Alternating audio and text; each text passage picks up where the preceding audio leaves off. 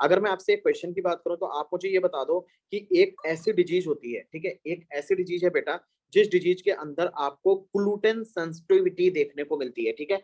तो कभी अगर आपसे पूछ लिया जाए बेटा कि ग्लूटेन सेंसिटिविटी आपको किस डिजीज में देखने को मिलती है, तो gluten sensitivity seen in, gluten sensitivity किस डिजीज में देखने को मिलेगी, मैं ऑप्शन दे रहा हूँ, ऑप्शन के बाद आप आंसर करोगे। ओके, आप सबसे पहला ऑप्शन हो जाएगा हमारा बिपल्स डिजीज, पहला आंसर होगा बिपल्स डिजीज।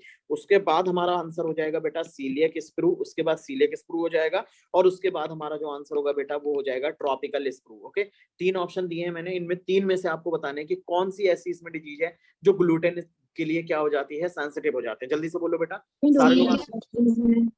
हाँ, सीलियक स्क्रू, ठीक है। आप हाँ, ये पॉइंट आप अच्छे से याद रखना। सीलियक स्क्रू क्या होती है बेटा, सीलियक स्क्रू एक ऐसी डिजीज होती है जिसमें आपको ग्लूटेन के लिए सेंसिटिविटी मिलती है। अब ग्लूटेन क्या क्या होते हैं बेटा, मैं यहाँ पर आपको लिख दे रहा हूँ कि कौन कौन से हमारे ग्लूटेन होते हैं, ठीक है।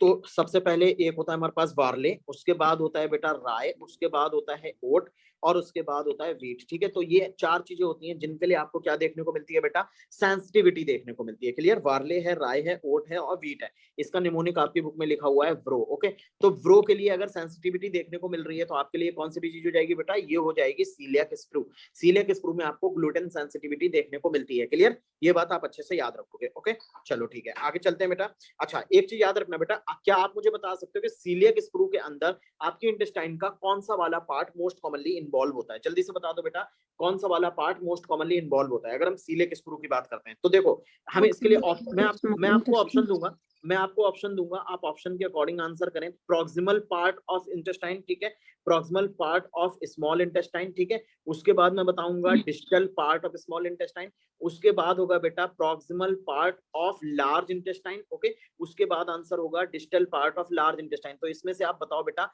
कौन सा वाला पार्ट मोस्ट कॉमनली इन्वॉल्व होता है अगर हम बात करते हैं सीलियक स्मॉल इंटेस्टाइन। हाँ, स्मॉल इंटेस्टाइन का कौन सा वाला पार्ट बेटा? कुछ लोग देखो बेटा थर्ड बता रहे हैं, बेटा कुछ लोग थर्ड बता रहे हैं, मैं आपको बता दूं हाँ, सीलियक स्क्रू में बेटा proximal part of small intestine most commonly involve होता है। क्लियर, तो इसको हम हाईलाइट कर देते हैं, इस पॉइंट को हम हाईलाइट करेंगे। Proximal part of small intestine most commonly involve होता है किसके अंदर, सीलियक स्क्रू के अंदर। ओके, ये पॉइंट आप याद रखना। चलो थोड़ा सा और आगे चल। अच्छा, एक चीज इसी तरीके से बेटा याद रख लो, ये तो सीलियक स्क्रू हो गया, ये पॉइंट मैं यहाँ पर लिख रहा हूँ बेटा ट्रॉपिकल स्क्रू, ठीक है। दो स्क्रू होते हैं बेटा, ये क्वेश्चन आपके टेस्ट सीरीज में तो पूछे ही जाएंगे, हो सकता है टेस्ट सीरीज के अलावा भी ये क्वेश्चन कभी आपसे एग्जाम में पूछ ले जाए, है ना। तो आप ये मुझे बता दो कि हम ट्रॉपिकल स्क्रू की अगर हम बात करते हैं बेटा तो इसमें कौन सा पार्ट इन्वॉल्व होता है? यही चार ऑप्शन है, बताओ। Distal part of small intestine. हाँ, distal part of small intestine. हाँ, distal part of small intestine क्या हो जाता है बेटा, यहाँ पर इन्वॉल्व हो जाता है। तो मैं यहाँ पर करूंगा distal part of small intestine. Okay, आप एक छोटी सी एक डायरी वगैरह लेकर के बैठा करो, कुछ पॉइंट्स हो जाते हैं इंपॉर्टेंट, वो नोट जरूर कर लिया करो, इसलिए मैं थोड़ा सा साफ साफ लिखने की कोशिश कर रहा हूँ। ओके, तो distal part of small intestine involve होती है ट्रॉपिकल स्क्रू के अंदर बेटा, और जो proximal part of small intestine होती है वो किसमें होती है, सीलियक स्क्रू के अंदर होती है। याद करने का तरीका बेटा ये हो सकता है, सीटी से आपसे याद रख सकते हो, सी पहले आता है टी बाद में आता है। सी में क्या हो जाएगा बेटा, प्रॉक्सिमल पार्ट इन्वॉल्व है, एंड टी में कौन सा पार्ट इन्वॉल्व है, डिस्टल पार्ट इन्वॉल्व है, ठीक है। तो आप इसको याद कर लोगे। ओके, चलो थोड़ा सा और आगे चलते हैं बेटा, कुछ चीजें और हम समझते हैं थोड़ा सा। चलो कुछ पॉइंट आपको और बताना है बेटा, और वो पॉइंट है हमारे, अगर हम चलते हैं बेटा फैटी लिवर की तरफ। ओके, थोड़ा सा हम फैटी लिवर की तरफ चलते हैं बेटा। चलो अब अगला क्वेश्चन मैं आपसे पूछ रहा हूँ, अगला क्वेश्चन की तरफ आ जाओ बेटा। अगला क्वेश्चन हमारा है कि अगर हम बात करते हैं फैटी लिवर की, ठीक है, अगर हम फैटी लिवर की बात करते हैं, ओके, देखो आपने ये चीजें पढ़ ली होंगी। ओके, तो मैं आपसे वही क्वेश्चन पूछूंगा जो लगते हैं कि अगर कभी आपसे एग्जाम में वो पॉइंट्स पूछे जा सकते हैं। ओके, तो बेटा फैटी लिवर की अगर हम बात करते हैं तो क्या आप बता सकते हो कि most common cause fatty liver का क्या होता है? ऑप्शन सुन लो, most common cause fatty liver का क्या होता है, तो मैं यहाँ पर ऑप्शन दे रहा हूँ आपको, उन ऑप्शन में से आप बताओ। पहला आंसर हो जाएगा स्पाइसी फूड, दूसरा आंसर हो जाएगा बेटा हाइपरलिपिडीमिया, तीसरा ऑप्शन मैं यहाँ पर बनाऊंगा आपके लिए अल्कोहलिज्म। ओके, तीसरा ऑप्शन अल्कोहलिज्म होगा, और चौथा ऑप्शन हो जाएगा जेनेटिक। तो आप बता दो मोस्ट कॉमन कॉज क्या होता है बेटा, जल्दी से बताओ। अल्कोहल।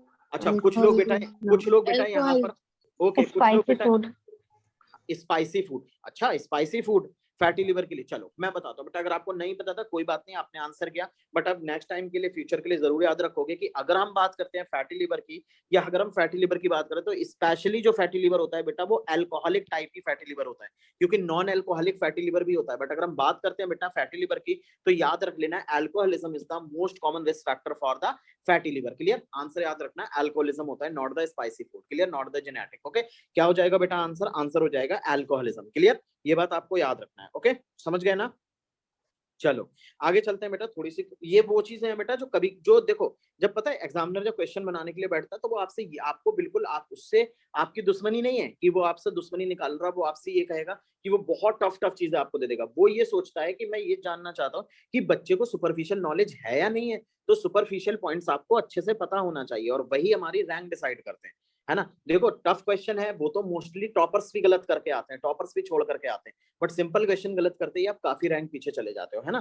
तो ये इसी तरीके से थोड़ा सा हमें देख करके चलना है। ओके, चलो ठीक है, थोड़ा सा और आगे चलते हैं बेटा, और हम कुछ चीजें और समझते हैं। देखो एक पॉइंट और समझना बेटा, ये पॉइंट थोड़ा सा इंपॉर्टेंट सा होता है। वो पॉइंट ये हो जाता है बेटा, मैं आपको बता दूं, वो पॉइंट ये है जो आपको पता होना चाहिए। देखो अगर हम सिरोसिस की बात करते हैं बेटा, याद रखना, अगर हम सिरोसिस की बात करते हैं, क्वेश्चन है बेटा हमारा, अगर हम सिरोसिस की बात करते हैं तो सिरोसिस हमारे पास दो टाइप की हो जाती है, एक होती है माइक्रो नोडुलर और एक होती है मैक्रो नोडुलर। ओके, सिरोसिस बेटा याद रखना दो तरीके की हो जाती है, एक माइक्रो नोडुलर और एक होती है मैक्रो नोडुलर। ओके, अगर इनका आपको डिफरेंशिएशन करने की सर क्या होती है लिमिटेशंस की, हम एक को माइक्रो नोडुलर बोल रहे हैं और एक को मैक्रो नोडुलर बोल रहे हैं, तो याद रखना बेटा क्या होता है, अगर जो नोड्यूल है उनका साइज 3 mm से कम है तो माइक्रो नोडुलर होता है, ग्रेटर देन 3 mm है तो आप उसे क्या बोलते हो, मैक्रो नोडुलर बोलते हो। क्लियर? ये आपको याद होना चाहिए। क्लियर? चलो आप आ जाओ थोड़ा सा, अब आपसे बेटा ये क्वेश्चन नहीं पूछा जाएगा कि आप हमें ये बता दो माइक्रो नोडुलर की cut off value less than 3 mm होती है। आप आपसे ये क्वेश्चन आपसे स्टेटमेंट वाइज पूछे जाएंगे,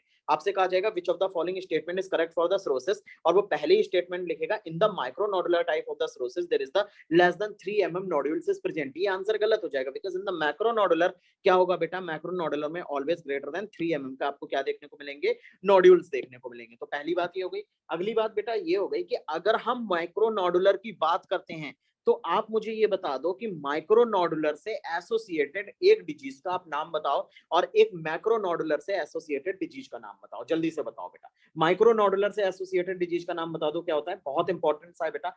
देखो दो डिजीज है हमारे पास, अगर हम बात करते हैं बेटा लीवर की डिजीज, ठीक है, अगर हम लीवर की डिजीज की बात करते हैं तो पिगमेंट एसोसिएटेड हमारे पास दो डिजीज होती है, पिगमेंट एसोसिएटेड दो डिजीज होती हैं बेटा, मैं यहाँ पर बता दूं, एक डिजीज होती है जिसे कहा जाता है ह्यूमोक्रोमेटोसिस और एक डिजीज होती है जिसे कहा जाता है विल्सन्स डिजीज। ओके, दो पिगमेंट एसोसिएटेड डिजीज होती है। अगर हम लिवर डिजीज की बात करते हैं बेटा, एक होता है हीमोक्रोमेटोसिस और एक होता है विल्सन्स डिजीज। एक डिजीज है जो माइक्रो नोडुलर में देखने को मिलती है और एक डिजीज है जो मैक्रो नोडुलर में देखने को मिलती है। आप मुझे ये बताओ माइक्रो नोडुलर में क्या देखने को मिलता है, जल्दी से बताओ, हेमेक्रोमेटोसिस या फिर विल्सन डिजीज? बोलो जल्दी से आंसर बोलो बेटा, याद हो जाएगा। विल्सन माइक्रो में होता है हीमोक्रोमेटोसिस।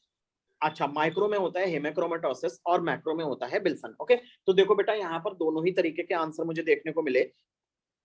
हमारे आधे डॉक्टर्स बोल रहे थे कि माइक्रो नोडुलर में विल्सन होता है और मैक्रो में हेमेक्रोमेटोसिस, और आधे लोग इसका जस्ट अपोजिट बोल रहे थे। क्लियर? मैं आपको यहाँ पर बेटा क्लियर कर दूं कि माइक्रो नोडुलर में आपको क्या देखने को मिलती है, हेमेक्रोमेटोसिस। ओके, हेमेक्रोमेटोसिस देखने को मिलती है। विल्सन डिजीज में आपको क्या देखने को मिलती है, मींस आपको मैक्रो नोडुलर कंडीशन देखने को मिलती है। क्लियर? तो आप मुझे ये बता सकते हो क्या विल्सन डिजीज, आप मुझे ये बता सकते हो बेटा, आप एक पॉइंट मुझे जरा ये बता दो कि हेमेक्रोमेटोसिस डिजीज किस मेटल आयन की वजह से होता है, किस मेटल की वजह से होता है, आप बता सकते हैं हेमेक्रोमेटोसिस?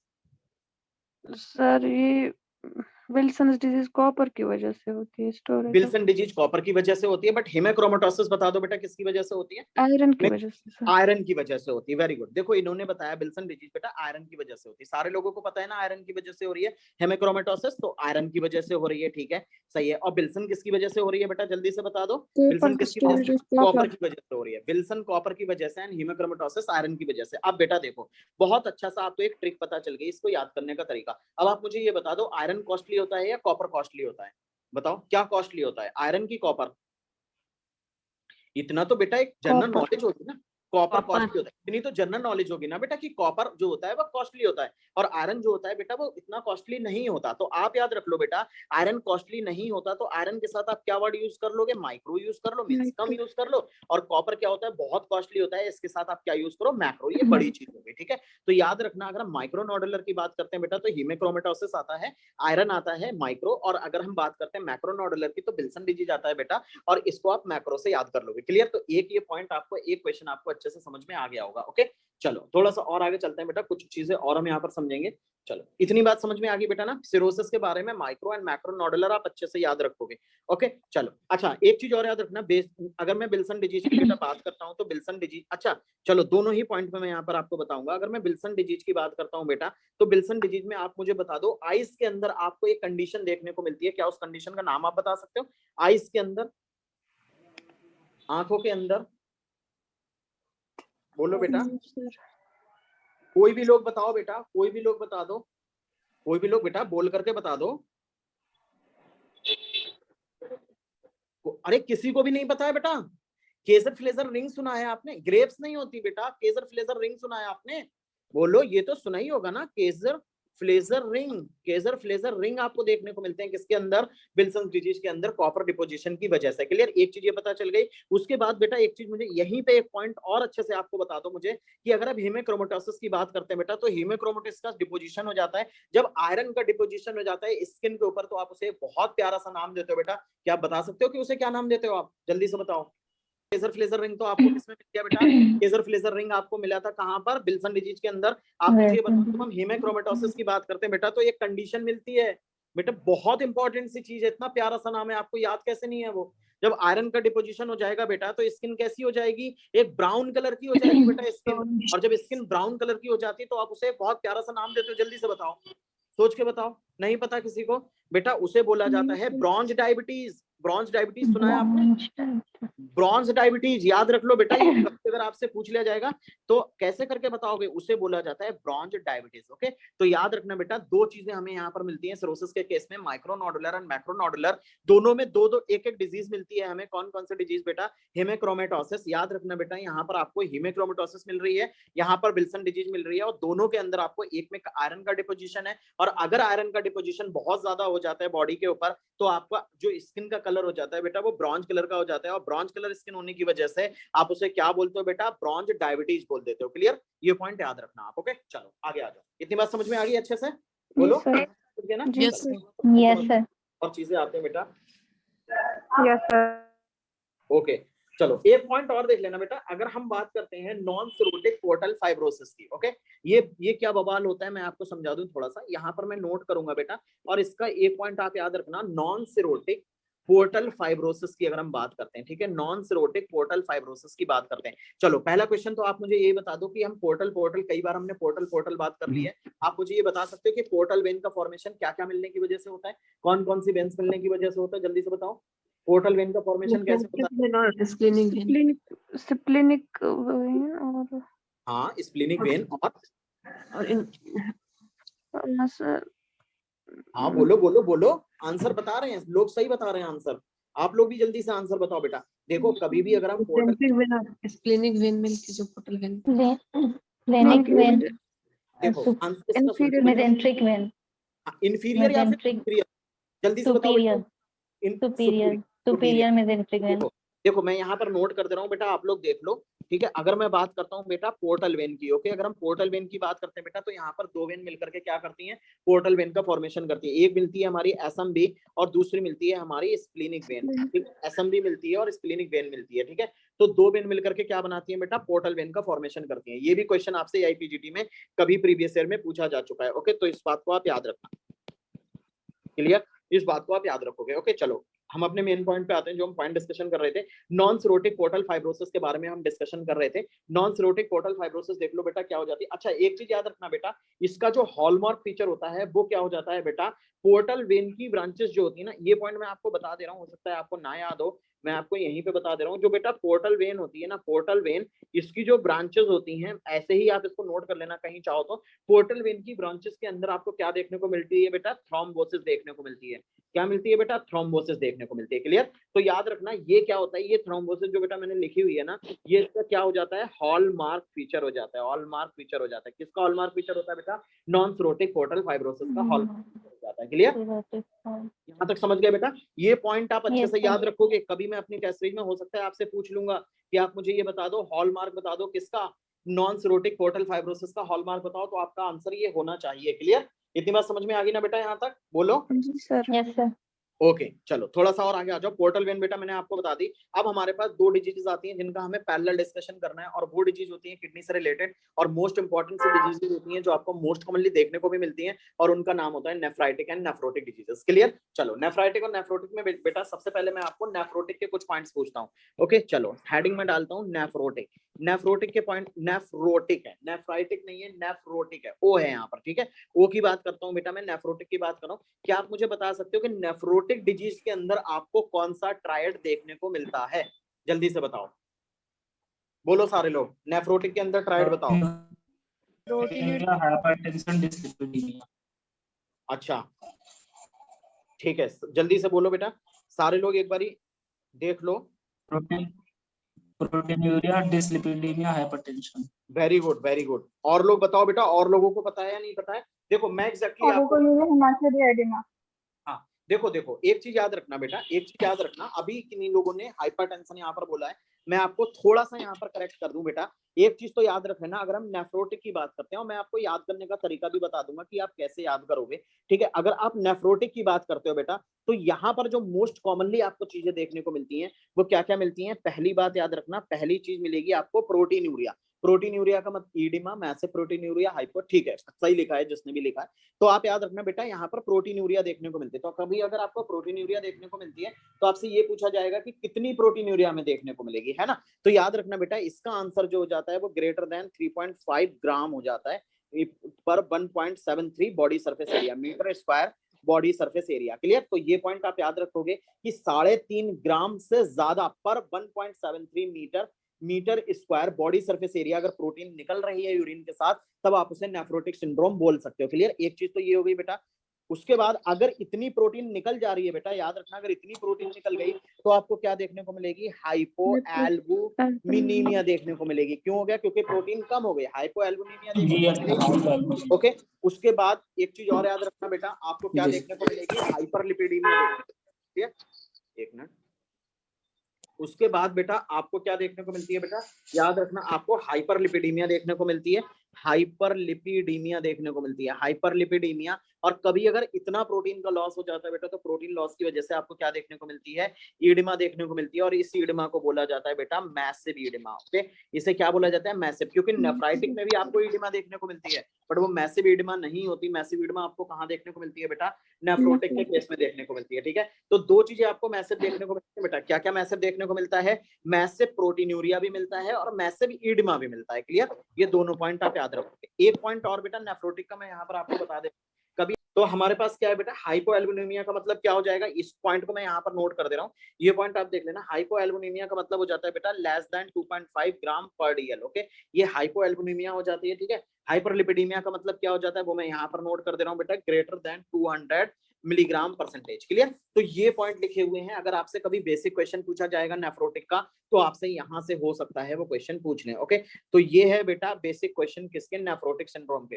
तो नेफ्रोटिक ट्रायड में बेटा हाइपरटेंशन को हम इंक्लूड नहीं कर रहे हैं, हम तीन चार चीजों को हम यहाँ पर इंक्लूड करते हैं। पहली चीज हम करते हैं बेटा प्रोटीनूरिया, दूसरा करते हैं हाइपोएल्बुमिनिया, और तीसरा करते हैं हम हाइपरलिपिडेमिया, एंड चौथा करते हैं हम मैसिव ईडिमा। क्लियर?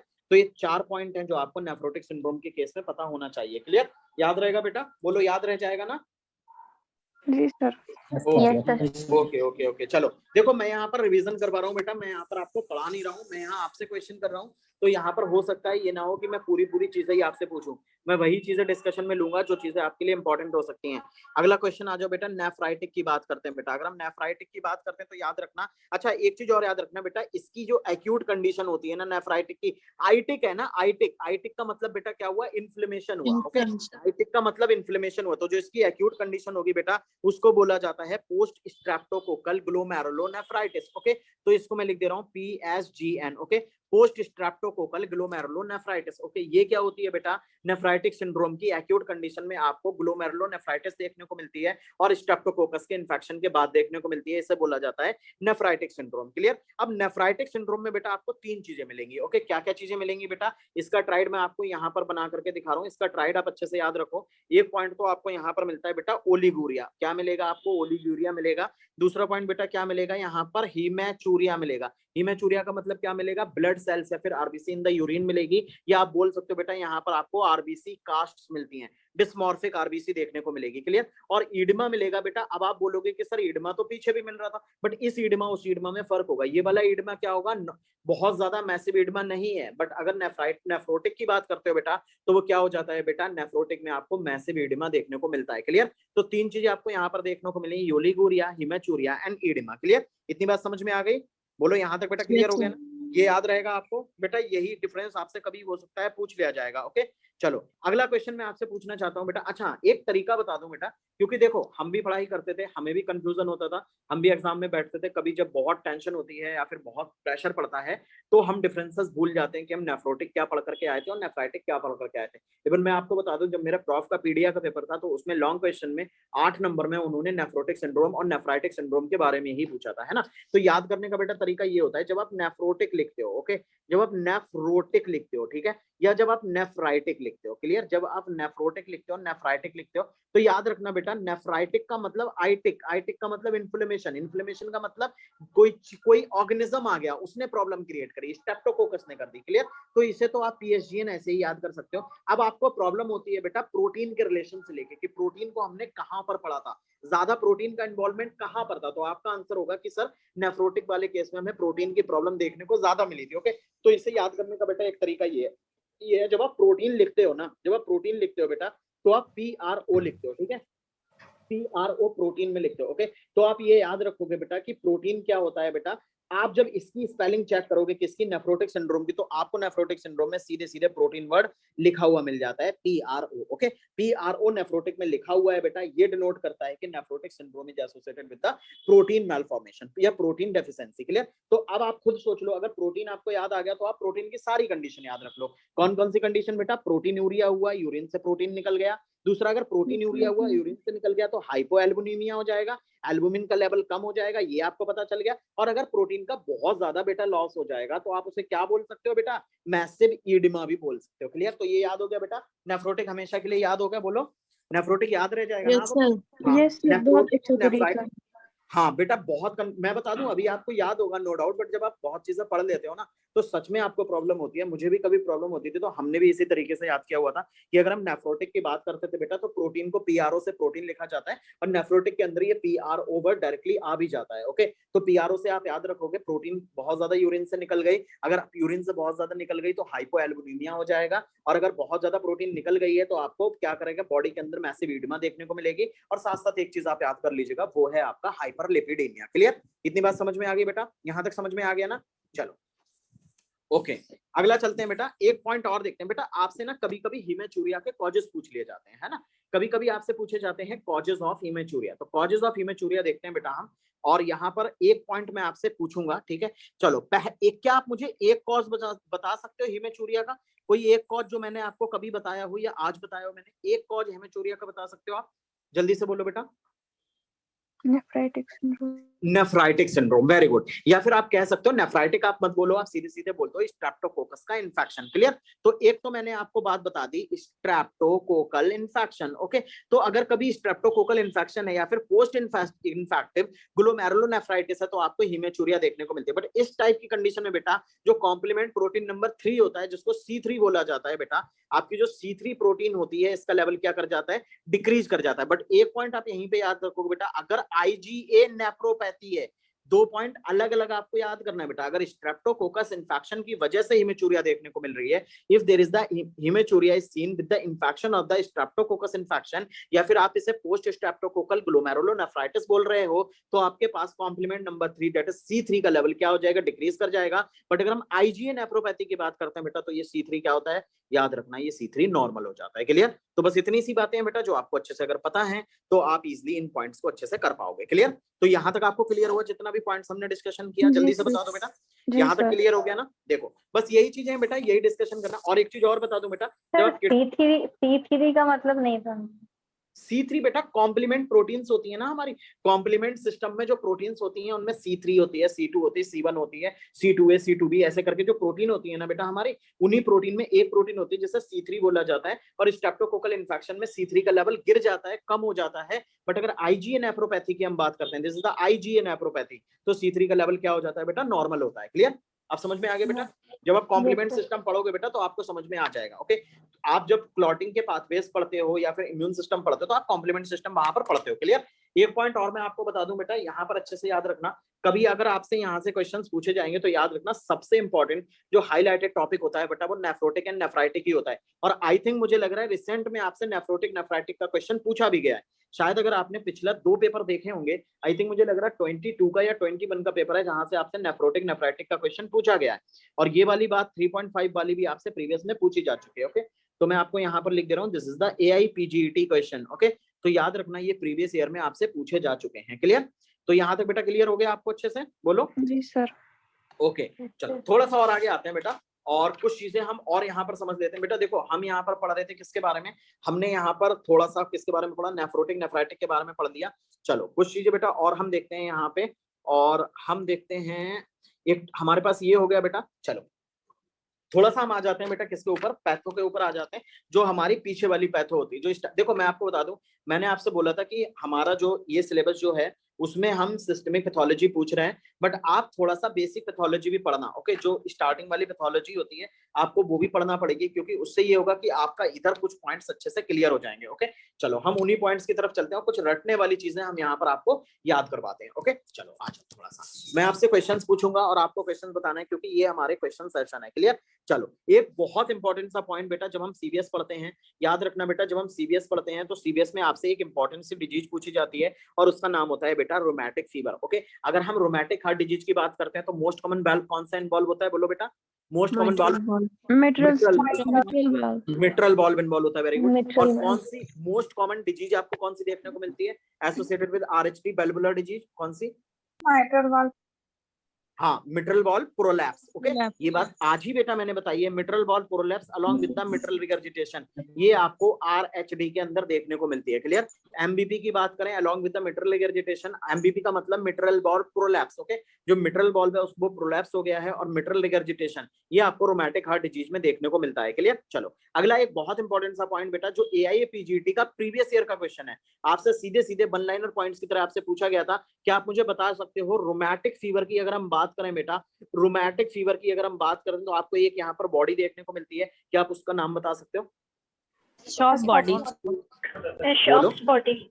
हाँ सारे लोग बताओ एशॉफ बेटा, सब बॉडी। लोगों को पता है ना? सब लोगों को पता है ना? एशॉफ बॉडी होती है। Yes, very sir. Good, Aschoff body होती है।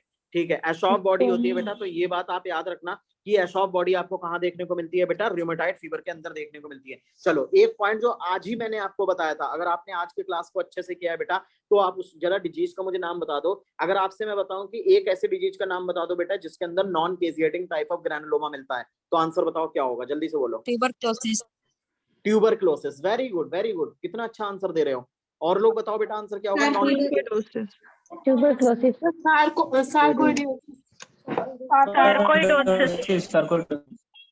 देखो देखो देखो बेटा, दोनों तरीके के लोग यहाँ पर मिल रहे हैं। मैंने इतने अच्छे से आपको पढ़ाया, इतने अच्छे से समझा करके मैंने आपको बताया, फिर भी आप ट्यूबरक्लोसिस का नाम दे रहे हो। बेटा याद रखना, कभी अगर आपसे नॉन केजिएटिंग बोल दे, non caseating type of granuloma, non caseating कह दे बेटा, ग्रैनुलोमा सुन करके टीबी ही मत सोच लिया करो। ग्रैनुलोमा और भी जगह पे पाया जाता है। अगर हम नॉन केजिएटिंग की बात करते हैं बेटा तो आंसर हमारा सार्कोइडोसिस होता है। ओके, तो आंसर क्या होता है? सार्कोइडोसिस होता है। और हम केस अगर केजिएटिंग ग्रैनुलोमा की बात करें बेटा तो केजिएटिंग ग्रैनुलोमा आपको कहाँ देखने को मिलता है? वो बहुत जगह देखने को मिलेगा, और उसमें एक आंसर आपका टीबी भी हो जाता है। तो प्लीज मेरी उनसे रिक्वेस्ट है जिन्होंने इसका आंसर टीबी बताया है कि आप जाकर के एक बारी सार्कोइडोसिस एंड टीबी की कंपैरेटिवली स्टडी करना। सार्कोइडोसिस बिल्कुल टीबी की तरह डिजीज होती है, बट यहाँ पर non caseating type of granuloma मिलता है, बट टीबी के अंदर caseating type type of granuloma मिलता है। ये बात मैंने आज ही लेक्चर में सुबह बताई थी। ओके चलो, खैर हो सकता है जिन्होंने आंसर बताया वो लोग लेक्चर में ना रहे हो, बट प्लीज याद रखना कि सार्कोइडोसिस में ही आपको नॉन क्विजिटिन ग्रेनुलोमा मिलता है। क्लियर?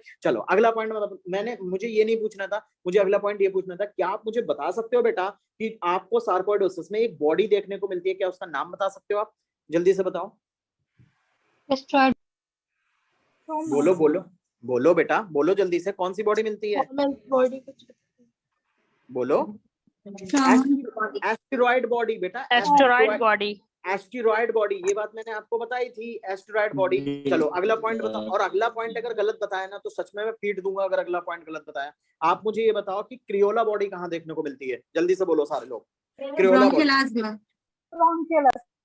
ब्रोंकियल अस्थमा, सारे लोगों को पता है ना कि क्रियोला बॉडी ब्रोंकियल अस्थमा में मिलती है। कर्शमैन स्पाइरल भी ब्रोंकियल अस्थमा में मिलते हैं, चारकोट लेडन क्रिस्टल भी ब्रोंकियल अस्थमा में मिलते हैं। 3 सी आपको ब्रोंकियल अस्थमा में देखने को मिलती हैं। क्लियर? ये पॉइंट याद है ना आपको? बताओ। चलो ठीक है, तो क्रियोला देख ली आपने, ये सारी चीजें देख ली। अब हम आते हैं बेटा, अच्छा चलो ठीक है, एक बॉडी और मैं आपसे पूछना चाहता हूँ बेटा, ये बॉडी हमारे लिए थोड़ी सी इंपॉर्टेंट है और इसके बारे में जरा मुझे कुछ बताओ। अगर आपसे कहा जाए, आपका एक कोई जूनियर है वो आपके पास आ गया और आपसे बोला कि डॉक्टर साहब आप हमें ये बता दो कि अभी हम एक टर्म सुन करके आ रहे हैं हेयरिंग बॉडी, हेयरिंग बॉडी की 2-3 बातें बताओ, तो आप अपने उसको स्टूडेंट को क्या बताओगे? बताओ, अपने जूनियर को क्या बताओगे आप कि हेयरिंग बॉडी क्या है? जल्दी से बताओ, बोलो बेटा। हेयरिंग बॉडी नहीं पता आपको? हेयरिंग बॉडी जल्दी से बताओ। इसका मतलब अभी बेसिक्स आपने नहीं पढ़े हैं, अभी आपने बेसिक्स नहीं पढ़े पैथोलॉजी के। बेटा सिंपल कभी कभी ना वन लाइनर पॉइंट्स पूछे जाते हैं। हेयरिंग बॉडी तो आपको पता होना चाहिए भाई। हेयरिंग बॉडी नहीं पता, चलो मैं समझाता हूँ। और आज के बाद अगर हेयरिंग बॉडी भूल गए ना, मैं पूछूंगा नेक्स्ट लेक्चर में, और अगर भूल गए फिर मैं आपको बताऊंगा। देखो, ये मैंने एक स्ट्रक्चर बना दिया, बहुत प्यारा सा स्ट्रक्चर बनाया बेटा। ये स्ट्रक्चर क्या है, मैं इसका नाम यहाँ पर नोट कर रहा हूँ बेटा। ये है हमारा हाइपोथैलेमस, ओके, और ये मैंने बता दी एंटीरियर पिट्यूटरी, ये है एंटीरियर पिट्यूटरी, और यहाँ पर है हमारी पोस्टीरियर पिट्यूटरी। क्या आप बता सकते हो कि पिट्यूटरी का डेवलपमेंट एक पाउच के द्वारा होता है? उस पाउच का नाम बताओ जल्दी से। पिट्यूटरी के डेवलपमेंट में आपको एक पाउच का नाम याद करना चाहिए, वो पाउच कौन सा होता है? बताओ जल्दी। Rathke's pouch. Rathke's pouch, very good, Rathke's pouch होता है बेटा, जो क्या करता है, पिट्यूटरी का डेवलपमेंट करवाता है। क्लियर? अब मैं आपको एक चीज बता दूं बेटा, आपको अच्छे से पता होगा, जो एंटीरियर पिट्यूटरी होती है बेटा उसके हार्मोन ग्लाइकोप्रोटीन इन नेचर होते हैं, और जो पोस्टीरियर पिट्यूटरी होती है उसके हार्मोन क्या होते हैं बेटा, सीधे हाइपोथैलेमस से बन के आते हैं और डायरेक्टली पोस्टीरियर पिट्यूटरी में स्टोर हो जाते हैं। क्लियर? मतलब पोस्टीरियर पिट्यूटरी से सिक्रेट करवाता है। तो याद रखना बेटा, जो न्यूरॉन्स होते हैं हाइपोथैलेमस से पोस्टीरियर पिट्यूटरी तक आते हैं, उनका जो टर्मिनल पार्ट होता है उसके अंदर आपको इस तरीके की बॉडीज देखने को मिलती हैं, और इन बॉडीज को एक नाम दिया जाता है, इन्हें बोला जाता है हेयरिंग बॉडी। इन्हें क्या बोला जाता है बेटा?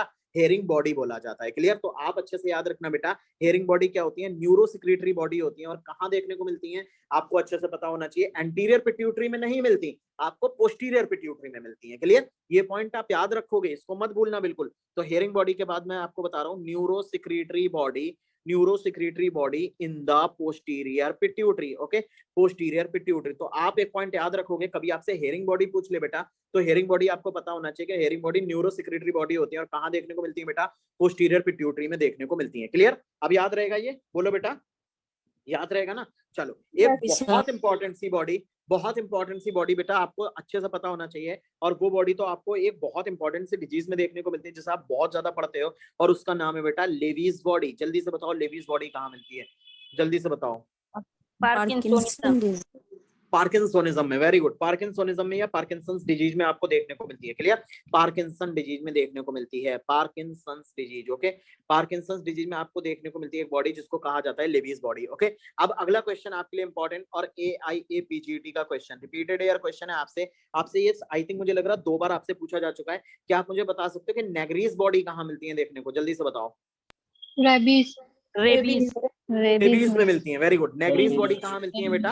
रेबीज के केस में आपको देखने को मिलती है। कौन सी बॉडी? Negri body. ओके, तो नेग्री बॉडी आप अच्छे से याद रखना, कहाँ मिलेगी? नेग्रीज बॉडी के अंदर देखने को मिलती है। क्लियर? चलो, अगला एक इंपॉर्टेंट सा पॉइंट है बेटा, और वो कई जगह आपको देखने को मिलेगा, और उस पॉइंट को मैं यहाँ पर नोट कर रहा हूँ बेटा, और इसे हाईलाइटेड पॉइंट है, ये बात याद रखना।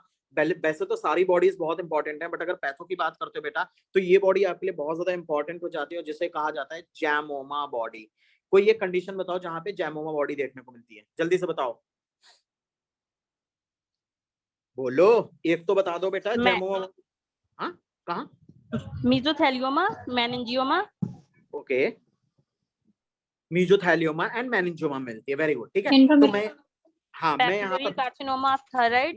वेरी गुड, चलो ठीक है, मैं यहाँ पर आपको बता देता हूँ बेटा कहाँ कहाँ मिलती है। इन्होंने तीनों बातें बिल्कुल ही ठीक बोली हैं, मैं तीनों बातें यहाँ पर नोट करते रहूँ बेटा ताकि आपको अच्छे से याद रहे। ठीक है, सबसे पहले आ जाएगा बेटा papillary carcinoma of thyroid. Okay, papillary carcinoma of thyroid. Okay, अगला पॉइंट आ जाओ बेटा, मेनिंजियोमा आ जाएगा। उसके बाद एक और याद रख लो, डेट इज द मीजोथीलियोमा। ओके, तो ये याद रखना। बाकी हमारे पास ओवरी के भी कुछ सिस्ट होते हैं जहां पे आपको देखने को मिलती है। क्लियर, एक पॉइंट यहाँ पर आया बेटा, papillary carcinoma of thyroid. Clear, तो हमारे पास थायराइड के कई कार्सिनोमा होते हैं। पैपिलरी कार्सिनोमा होता है बेटा, फॉलिकुलर कार्सिनोमा होता है हमारे पास। ठीक है, तो कई तरीके के कार्सिनोमा होते हैं, मेडुलरी कार्सिनोमा होता है। चलो एक पॉइंट आप मुझे यही बता दो, हो सकता है आपने कहीं पढ़ा हो, अगर आपने मेडिसिन पढ़ी होगी बेटा, तो 3 तरीके के मेनली कार्सिनोमा होते हैं हमारे पास जो थायराइड के अंदर। वैसे होते 4 तरीके के हैं, बट 3 तरीके के मेनली होते हैं। पैपिलरी होता है बेटा, फॉलिकुलर होता है, और एक हमारे पास मेडुलरी कार्सिनोमा ऑफ थायराइड होता है। क्या आप बता सकते हो इन तीनों में से सबसे मोस्ट कॉमनली आपको कौन सा देखने को मिलता है, पैपिलरी, फॉलिकुलर या मेडुलरी? जल्दी से आंसर बताओ बेटा। Papillary.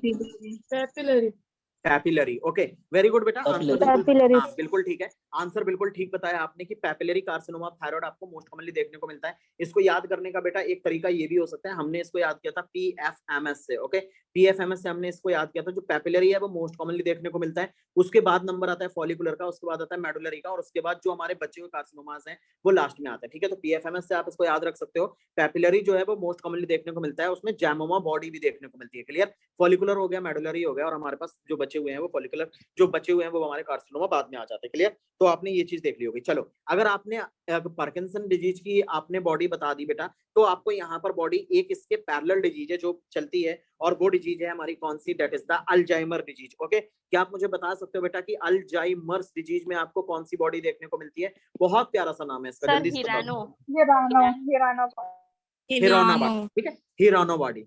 ओके, हीरोना बॉडी, ये आपको देखने को मिलती है किसके केस में, अल्जाइमर के केस में। क्लियर, तो 2 पैरेलल बेटा चलती हैं डिजीज, कौन सी, एक पार्किंसोनिज्म और एक अल्जाइमर। तो अल्जाइमर में हीरोना बॉडी मिलती है और पार्किंसोनिज्म में लेवी बॉडी मिलती है। क्लियर, तो 2 डिजीज आप अच्छे से इसको याद रखोगे। ओके, चलो उसके बाद आ जाओ बेटा, थोड़ा सा हम कुछ चीजें और देख लेते हैं। तो ये थे बेटा जो मुझे आपको बॉडीज बताना थे। ये बॉडीज हो सकता है कभी, हो सकता है पैथो से आपसे 2-3 क्वेश्चन पूछे जाएं और एक क्वेश्चन आपसे बॉडी के बारे में ही पूछ लिया जाए। क्लियर, चलो उसके बाद आते हैं बेटा, एक पॉइंट और मैं बताऊंगा आपको बेटा, हमसे ना कुछ रोजेट पूछे जाते हैं। ओके, कुछ रोजेट्स पूछे जाते हैं और आप मेरे साथ रोजेट याद करोगे ताकि आपको वो लॉन्ग टाइम तक याद रह जाए। क्लियर, चलो सबसे पहला रोजेट बेटा जो होता है वो होता है Homer Wright rosette. Okay, Homer Wright rosette. Clear, इसको मैं याद करवाऊंगा इसको आपको, ठीक है, ताकि आपको ये ज्यादा स्ट्रेस ना लेना पड़े इसके लिए। हॉमर राइट रोजेट की बात करूं, मैं इसका नाम आपको बेटा बता दे रहा हूं, फिर आप इसको देखना बेटा क्या होते हैं। ठीक है, इसका सबसे पहले आपको ये देखने को मिलेगा न्यूरोब्लास्टोमा में, आपको मैं याद करवाऊंगा ये। ठीक है, उसके बाद आपको देखने को मिलेगा बेटा मेडुलोब्लास्टोमा में, और एक हमारा होता है पीनियलोब्लास्टोमा। ओके, कहाँ मिलेगा, पीनियलोब्लास्टोमा के केस में आपको कौन से मिलते हैं बेटा, आपको मिलते हैं हॉमर राइट रोजेट। क्लियर, तो हॉमर राइट रोजेट आपको कहाँ से मिल रहे हैं बेटा, न्यूरोब्लास्टोमा, मेडुलोब्लास्टोमा एंड पीनियलोब्लास्टोमा में क्या मिल रहे हैं बेटा, आपको हॉमर राइट रोजेट मिल रहे हैं। क्लियर, तो इसको आप एमपीएन से भी याद रख सकते हो, एमपीएन से आप चाहो इसे याद रख सकते हो। ठीक है, एमपीजीएन आपको पता है, मेम्ब्रेनो प्रोलिफरेटिव ग्लोमेरुलोनेफ्रोपैथी, एमपीजीएन आपने पढ़ा है, वहां का जी हटा दो, बस केवल एमपीएन याद रखो आप। एमपीएन से आप इसको याद रख सकते हो बेटा कि जो एमपीएन होता है वहां पर आपको हॉमर राइट रोजेट देखने को मिलता है। क्लियर, ये देख लिया आपने। उसके बाद फ्लेक्सनर विंटर स्टीनर रोजेट होते हैं। देखो एक बार मैं यहाँ सारे लिख दे रहा हूँ, फिर हम उनको कंपेयर करेंगे और उनको याद करेंगे ताकि आपको वो लॉन्ग टाइम तक याद रह जाए। क्लियर, चलो एक अगला लिख रहा हूं बेटा मैं, जो हमारा है फ्लेक्सनर विंटर और Steiner, Flexner Wintersteiner rosette. Okay, Flexner Wintersteiner rosette की अगर हम बात करें बेटा, तो ये कहाँ देखने को मिलेंगे, 2 पॉइंट तो हम यहीं से उठाएंगे, एक उठाएंगे हम मेडुलोब्लास्टोमा बेटा, मेडुलोब्लास्टोमा, और एक उठाएंगे हम पीनियलोब्लास्टोमा। ओके, पीनियलोब्लास्टोमा। ओके, और उसके बाद होगा हमारा रेटिनोब्लास्टोमा। तो आपने क्या देख लिया, यहाँ पर भी 3 देखे आपने बेटा, कौन कौन से देखे, एमपीएन आपने देखा था हॉमर राइट रोजेट में, एंड फ्लेक्सनर विंटर स्टीनर रोजेट आपने मेडुलोब्लास्टोमा, पीनियलोब्लास्टोमा एंड रेटिनोब्लास्टोमा में देखा। तो यहाँ पर एक न्यू रोजेट जो आया वो आया बेटा रेटिनोब्लास्टोमा वाला। ठीक है, ये देख लिया आपने। एक रोजेट और मैं लिखूंगा जो आपसे पूछ लिया जाता है बेटा, जिसे कहा जाता है स्यूडो रोजेट। आपसे कभी कभी ये पॉइंट पूछेगा कि इनमें से कौन से डिजीज में आपको स्यूडो रोजेट देखने को मिलेगा, तो मैं आपको अभी यहाँ पर ये भी लिखता हूँ, फिर हम याद करने का कुछ सिस्टम निकालते हैं। ओके, तो स्यूडो रोजेट। ओके, तो स्यूडो रोजेट की बेटा बात करें हम, तो याद रख लेना बेटा इपेंडाइमोमा में देखने को मिलेगा, इपेंडाइमोमा में देखने को मिलेगा। ओके, उसके बाद हम सेंट्रल न्यूरोसाइटोमा, दो चीजें याद रख लो बेटा, सेंट्रल न्यूरोसाइटोमा। ओके, तो देखो अब आ जाओ बेटा, आप समझते हैं हम थोड़ा सा। ओके, अगर हमाराइट रोजेट की बात करते हैं बेटा, तो कहाँ मिलेगा? एमपीएन में मिलेगा। जैसे आप मेम्ब्रेनो प्रोलिफरेटिव ग्लोमेरुलोनेफ्रोपैथी एमपीजीएन पढ़ते हो बेटा, तो एमपीजीएन ना याद करके आपको क्या याद रखना है? एमपीएन याद रखना है, न्यूरोब्लास्टोमा, मेडलो एंड पिनियोलोब्लास्टोमा। क्लियर? और अगर आपसे फ्लैक्सनर विंटर की बात कर रहे हैं, स्टीनर रोजेट की बात कर रहे हैं, तो आपका आंसर क्या हो जाएगा बेटा? दो वही रखोगे नीचे वाले, न्यूरोब्लास्टोमा की जगह आप एक चीज लेकर के आ जाओगे जिसको कहा जाएगा रेटिनोब्लास्टोमा। क्लियर? ये हो गया आपका। उसके बाद आ जाओ बेटा, अगर स्यूडो रोजेट की बात करें, स्यूडो रोजेट बेटा आपके लिए ज्यादा इंपॉर्टेंट हो जाता है, क्योंकि ये थोड़ी सी अदर कंडीशन हो जाती है जो आपको पता होना चाहिए कि हाँ ये कंडीशन कौन सी है। तो स्यूडो रोजेट की बात करें बेटा, तो याद रखना ependymoma and central neurocytoma. Clear? Ependymoma and central neurocytoma आपको पता होना चाहिए कि वहां पर स्यूडो रोजेट आपको देखने को मिलता है। क्लियर? चलो, यहां तक क्लियर हुआ? बोलो बेटा, यहां तक ये रोजेट वाला एक बार फिर से आप देख लो, इस रोजेट को एक बार आप आराम से इस रोजेट को एक बार फिर देख लो, ताकि आपको ये याद रह जाए। ऐसा ना देखो, ये वाला क्लास का मतलब है बेटा रिवीजन करना, है ना? हम रिवीजन कर रहे हैं। रिवीजन का मतलब ये होता है कि हमने पहले विजन कर चुका है, तभी तो हम रिवीजन करेंगे ना। पहले ही अगर हमने विजन नहीं किया है, तब तो आपको ये बिल्कुल एक यूजलेस क्लास लग रही होगी। आपको लग रहा होगा पता नहीं क्या ये बोले जा रहा है, पता नहीं क्या क्या बताया चला जा रहा है, इतने फास्ट चल रहा है, हमारे तो कुछ समझ में ही नहीं आ रहा, अजीब तरीके से पढ़ा रहा है। बेटा मैं यहाँ पढ़ा नहीं रहा आपको, हम क्या कर रहे हैं? रिवीजन कर रहे हैं। रिवीजन करने के लिए आपने एक बार पढ़ा होना जरूरी है। अगर आपने पढ़ा है तभी आपको ये क्लास समझ में आ रही होगी। ओके, चलो, तो इतनी बातें बेटा आपको समझ में आ गई। अब हम थोड़ा सा कुछ चीजें और देख लेते हैं बेटा, और फिर हम क्लास को रखते हैं। और हमारे पास कुछ टाइप्स की सेल्स होती हैं, उन सेल्स को खत्म करके फिर हम क्लास को वाइंड अप करेंगे और आप कल का टेस्ट अटेम्प्ट करेंगे। ओके, चलो आ जाओ, कुछ हम सेल्स देख लेते हैं बेटा। चलो, एक हम सेल्स देखते हैं बेटा, एक बहुत इंपॉर्टेंट सी सेल होती है बेटा, उसको देख लो क्या होती है बेटा? हर्थल सेल। ओके, हर्थल सेल आपने बहुत सुना होगा। जैसे ही हर्थल सेल का नाम आता है, आप थायराइड के बारे में सोचने लगते हो। ओके, बिल्कुल सही है, आप थायराइड के बारे में सोचो, हर्थल सेल। तो आप क्या मुझे बता सकते हो कि हर्थल सेल आपको थायराइड की किस कंडीशन में देखने को मिलती है? जल्दी से बोलो। फॉलिकुलर। लिख करके भी तो बता दिया करो, अगर नहीं आप बोल रहे हो, नहीं बोलना चाहते हो आप, तो लिख करके बता दो हमें, एटलीस्ट हमें पता तो चले आंसर की, हाँ इसका आंसर ये हो रहा है। ठीक है, चलो, हर्थल सेल की बेटा अगर हम बात करते हैं तो याद रखना ये आपको फॉलिकुलर एडिनोमा ऑफ थायराइड में देखने को मिलता है। फॉलिकुलर एडिनोमा ऑफ थायराइड में देखने को मिलता है, पहली चीज। और एक जो वेल नोन डिजीज है बेटा, जिसे आप बहुत अच्छे से जानते हो, वो है हमारा हॉशीमोटोस थायराइडाइटिस। ओके, तो कहाँ देखने को मिलता है? हॉशीमोटोस थायराइडाइटिस में भी देखने को मिलता है, थायराइडाइटिस में भी देखने को मिलता है। क्लियर? तो दो कंडीशन है जहां पर आपको हर्थल सेल्स देखने को मिलती हैं, एक होती है फॉलिकुलर एडिनोमा ऑफ थायराइड और दूसरा होता है हॉशीमोटोस थायराइडाइटिस। क्लियर? चलो, अगला पॉइंट देखते हैं बेटा। एक अगली भी हमारे पास बहुत इंपॉर्टेंट सेल होती है जिसको कहा जाता है वर्चोस सेल। वर्चो सेल बताने से पहले बेटा आप मुझे ये बता दो कि वर्चोट्राइड क्या होता है? आप मुझे बताओ, वर्चोट्राइड बताओ क्या होता है? बोलो बोलो। Endothelial injury. and hypercoagulability. Hypercoagulability, endothelial injury, और उसके साथ Stasis. Stasis of blood flow turbulence. हाँ बिल्कुल ठीक है। देखो बेटा बहुत अच्छा आप लोगों ने बताया। अगर मैं यहाँ पर वर्चोट्राइड भी लिख दे रहा हूँ बेटा, जिन लोगों को अगर नहीं पता है तो वो एक बारी वर्चोट्राइड का देख लें कि वर्चोट्राइड क्या होता है बेटा। ठीक है, मैं यहाँ पर आपको एक ट्राइड बना करके दिखा दे रहा हूँ, वर्चोट्राइड। उस वर्चोट्राइड को आप याद कर लो बेटा। तीन चीजें आपको देखने को मिलती हैं वर्चोट्राइड में। एक तो देखने को मिलता है स्टेसिस ऑफ ब्लड, ब्लड की स्टेसिस हो गई, ब्लड रुक गया। ब्लड रुका क्यों बेटा? ब्लड इसलिए रुका क्योंकि ब्लड के अंदर क्या हो गई थी? कोगुलेबिलिटी इंक्रीज कर गई थी, हाइपर कोगुलेबिलिटी। ओके, हाइपर कोगुलेबिलिटी हो गई थी। ओके, और ऐसा हो क्यों रहा था बेटा? एंडोथेलियल इंजरी हो गई थी। ठीक है, एंडोथेलियल इंजरी हो गई, एंडोथेलियल इंजरी हो गई। तो याद रखना बेटा, तीन चीजें आपको वर्चोट्राइड में देखने को मिलती हैं, stasis of blood, endothelial injury, hypercoagulability, और जिसकी वजह से आपको बहुत सी कंडीशन देखने को मिलती है जहां पे ब्लड की क्लॉटिंग हो जाती है। जैसे एक इंपॉर्टेंट सी डिजीज होती है जिसको कहा जाता है डीप वेन थ्रोम्बोसिस। क्लियर? तो वर्चोट्राइड भी आपको अच्छे से पता होना चाहिए। ओके, तो वर्चोट्राइड में यहाँ पर ऐसे कर दे रहा हूँ। ओके, ये वर्चोट्राइड हो गया। अब आप मुझे ये बताओ कि वर्चो सेल आपको कहाँ देखने को मिलती है? जल्दी से बताओ। लेप्रोसिस। बोलो। Leprosis. लेप्रोजी में देखने को मिलती है। Very good. आपको कहाँ देखने को मिलती है बेटा? लेप्रोजी के केस में देखने को मिलती है, या इसी को एक नाम भी देते हो आप, इसे लेप्रा सेल्स भी बोलते हो। क्लियर? तो बर्चो सेल बता दिया, हर्टल सेल बता दिया, दो इंपॉर्टेंट से सेल हो गई। अगला पॉइंट चलते हैं बेटा। दो तरीके की सेल्स होती हैं हमारे पास जो अलग अलग होती हैं। एक होती है लैंगरहैंस सेल। आप मुझे ये बताओ बेटा, लैंगरहैंस सेल कहाँ मिलती है? लैंगरहैंस सेल जल्दी से बताओ। Pancreas. Pancreas, Langerhans cell. Epidermis.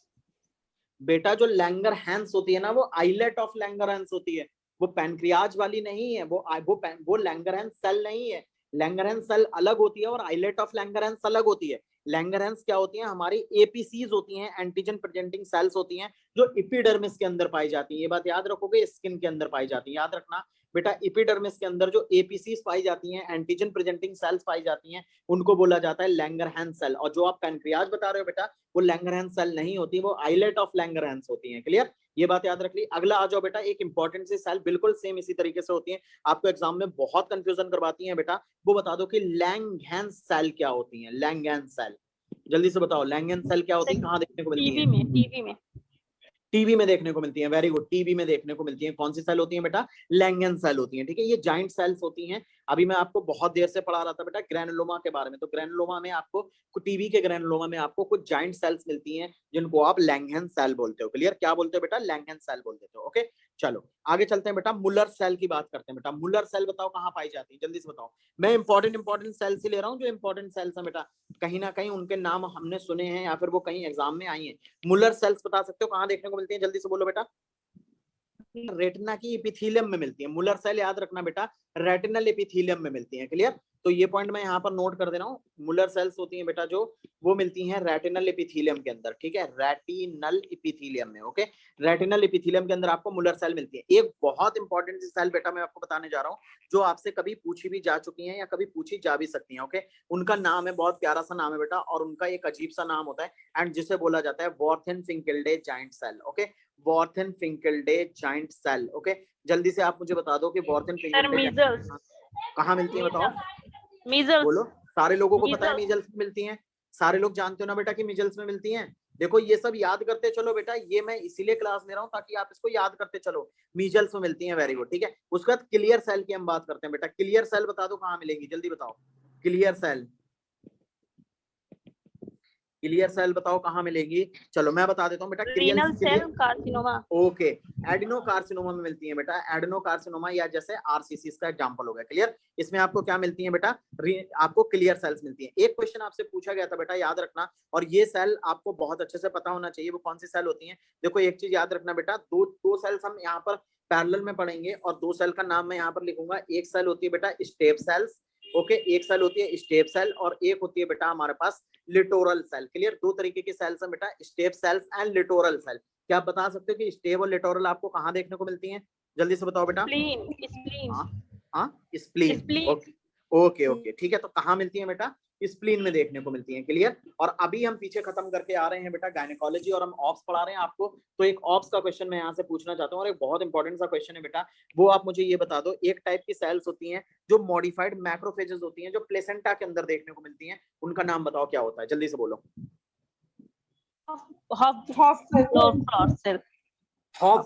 Okay, Hofbauer cell बेटा। ठीक है, तो मैं यहाँ पर नोट कर रहा हूँ Hofbauer cells. Okay, Hofbauer cells जो होती हैं बेटा कहाँ देखने को मिलती हैं? याद रखना, ये मॉडिफाइड मैक्रोफेजेस होती हैं। ओके, ये क्या होती हैं बेटा? मॉडिफाइड मैक्रोफेजेस होती हैं। ओके, ये क्या होती हैं बेटा? मॉडिफाइड मैक्रोफेजेस होती हैं। और कहाँ देखने को मिलती हैं आपको? मॉडिफाइड मैक्रोफेजेस होती हैं, और ये प्लेसेंटा के अंदर देखने को मिलती है। बेटा याद रखना, मॉडिफाइड मैक्रोफेजेस, जो मैक्रोफेजेस होती हैं वो अलग अलग प्लेसेस पे मॉडिफाइड हो जाती हैं, और उनका अलग अलग प्लेसेस पे अलग अलग नाम होता है। क्या आप बता सकते हो? डस्ट सेल आपको कहाँ देखने को मिलती है? डस्ट सेल लंग्स के अंदर। रेटिकुलर सेल्स कहाँ मिलती हैं?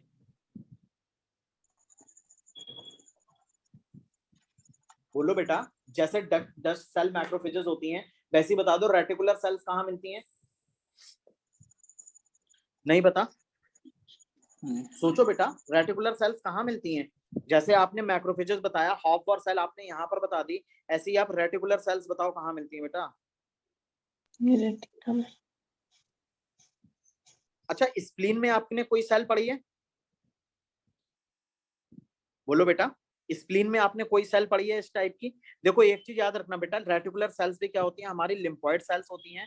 तो आप याद करना ये कहाँ मिल जाती हैं आपको, स्प्लीन के अंदर मिलती हैं। क्लियर? तो स्प्लीन के अंदर अगर कभी आपसे पूछ ली जाए मॉडिफाइड मैक्रोफेजेस कौन सी होती हैं, तो आप बता सकते हो कि सर स्प्लीन के अंदर रेटिकुलर सेल्स होती हैं, डस्ट सेल लंग्स के अंदर होती हैं, और हॉफवर सेल्स कहाँ होती हैं बेटा, प्लेसेंटा के अंदर होती हैं। क्लियर? तो ये कुछ पॉइंट थे बेटा जो आपसे डिस्कशन करना।